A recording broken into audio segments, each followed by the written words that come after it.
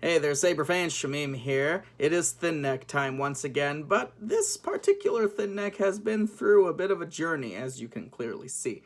This is the 5th version of my Sacrifice custom design. My own interpretation and headcanon of Obi-Wan Kenobi's lightsaber in A New Hope, if it had remained aboard the Death Star and survived the subsequent explosion. Brief story of the headcanon being that, Vader took Obi-Wan's lightsaber after he cut down his old master, stored it aboard his quarters on the Death Star, and then when the rebels attacked later that day, Darth Vader went out in his TIE fighter, left the Obi-Wan's lightsaber in his quarters, Death Star exploded, Vader goes flying off, returns at some point to the remains of the Death Star, to the debris field, uses the Force to sense out his old master's lightsaber, or the charred remains of his old master's lightsaber, and then keeps them for sentimental/trophy reasons. Probably aboard his fortress, either on Mustafar or on Vajun, if you read the old canon. Either way, I've done several versions of this saber in the past, but all of them have been using the Saberforge Redeemer saber, which is actually Obi-Wan's Episode 3 saber. This is the first time that I've really taken to completion an Episode 4 version of the lightsaber, complete with the wind vane and the D-ring and all the accompanying details that separate the Episode 4 from the Episode 3 version of Obi-Wan Kenobi's lightsaber. This particular hilt, this particular sacrifice, was built using the Korbanth K4 model. You may notice right off the bat that it is bent right here between the grenade section and the clamp. That started out as an accident. This was going to be just a pristine regular K4 that I was doing, and I thrown it on the lathe to shave down a little bit of the brass neck, and it went crazy, and it ended up getting very jarred, and it actually bent greatly out of shape. So I was very disappointed in that, and I thought, well, great, I'm never going to be able to use this K4. But then I sort of bent it a bit more back into shape, enough so that there was still a discernible bend and angle to the hilt, and then decided that I would blow the whole thing to hell and back again and make a new K4, and make a new sacrifice using the K4. Internally, it's running a Prizm5.1 soundboard. I believe this is the first sacrifice I've done since the Prizm5.1 has come out. I could be mistaken. But one of the interesting things, and then it's a royal blue, green, white Tricree XP2 LED. One of the defining features of the sacrifice sabers in the past has been a hole here in the neck, in the wind vane section, where the light shines through from the main LED. This was doable on the Saberforge Redeemer saber, as the LED module is housed down here in the grenade section, and the light naturally shines up through the neck and into the blade at the emitter.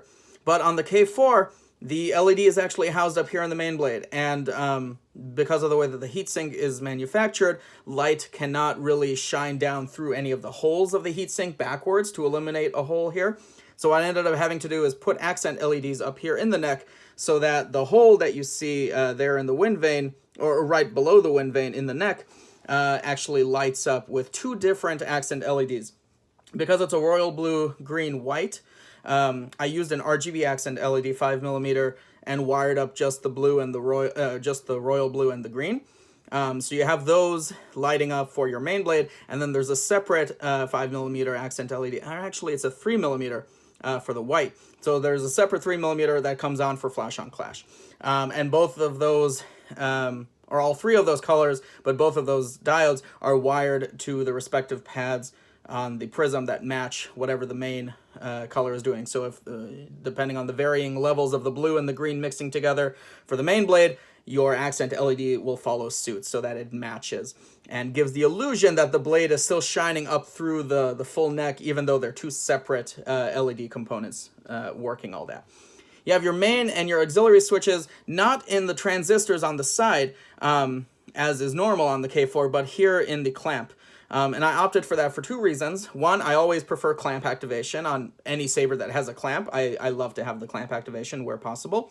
And secondly, because of the way that this grenade section piece was bent out of shape, it became difficult to get the transistors to seat properly and still use the switch solution that came stock with the K4 hilt.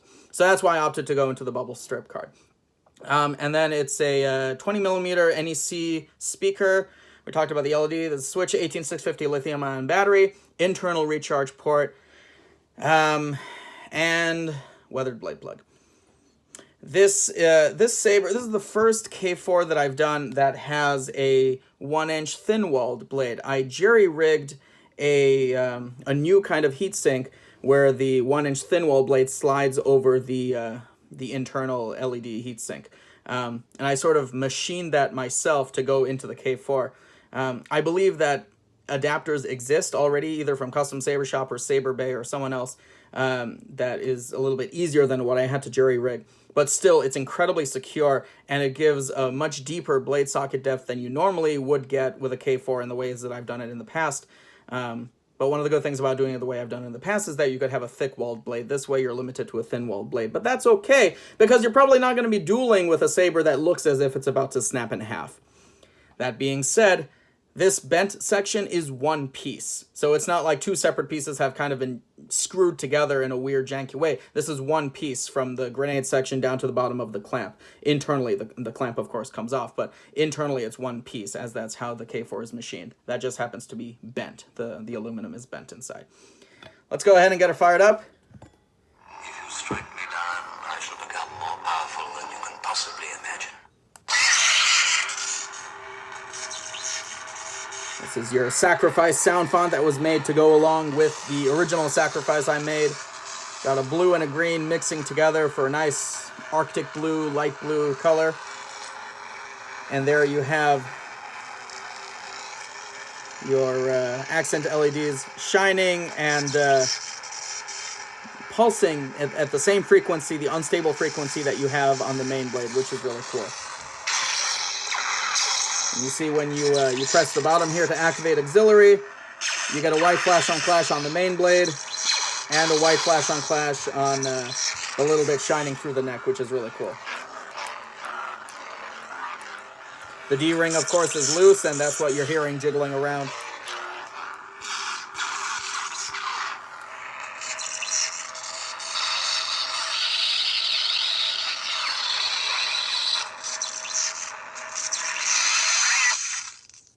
And it fizzles out.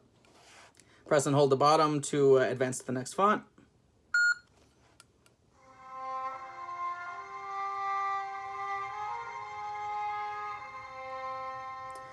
The music that plays, of course, right before Obi-Wan Kenobi sacrifices himself and falls to Darth Vader's blade aboard the Death Star. This is my Crossguard 7 sound font, reminiscent of Kylo's unstable blade. I just have 3 sound fonts on this Prizm currently, and all 3 of them are on the unstable side, although the third one is a slightly different thing, and we'll get to that in a second.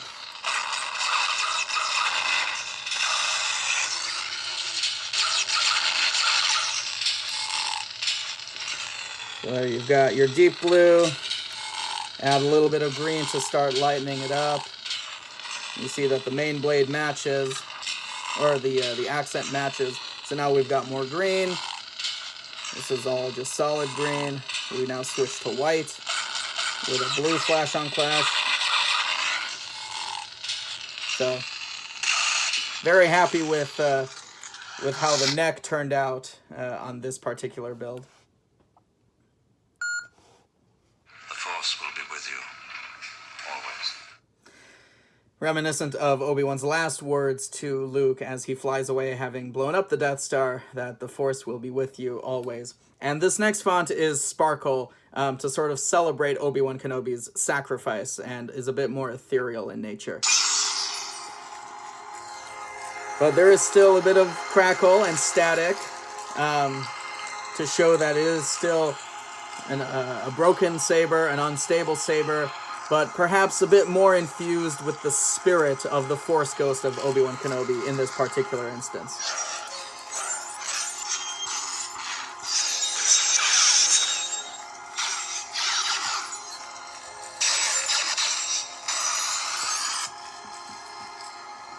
Got your main blade, And your little scar.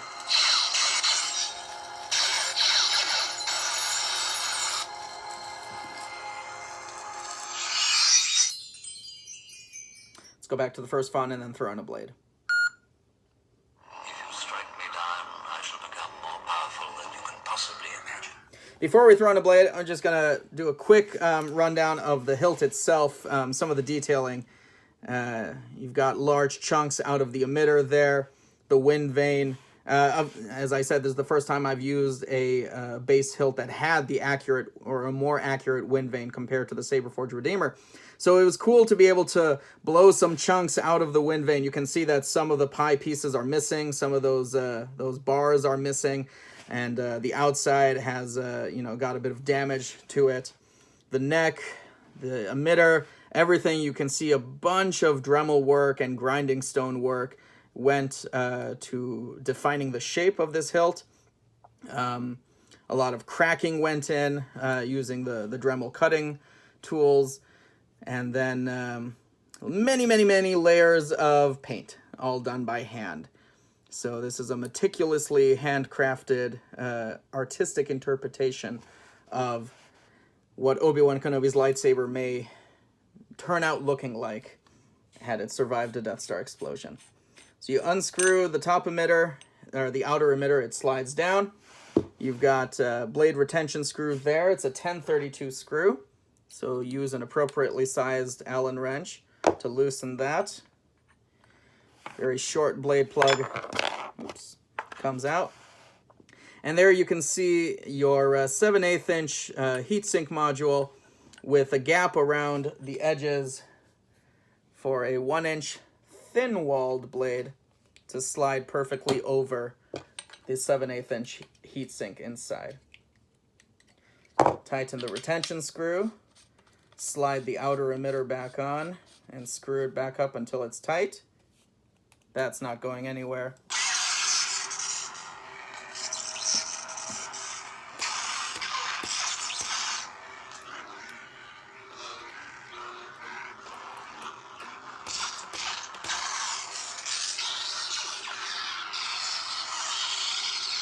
Let's show off some of the different shades of blue that we've got. Blue and green and white.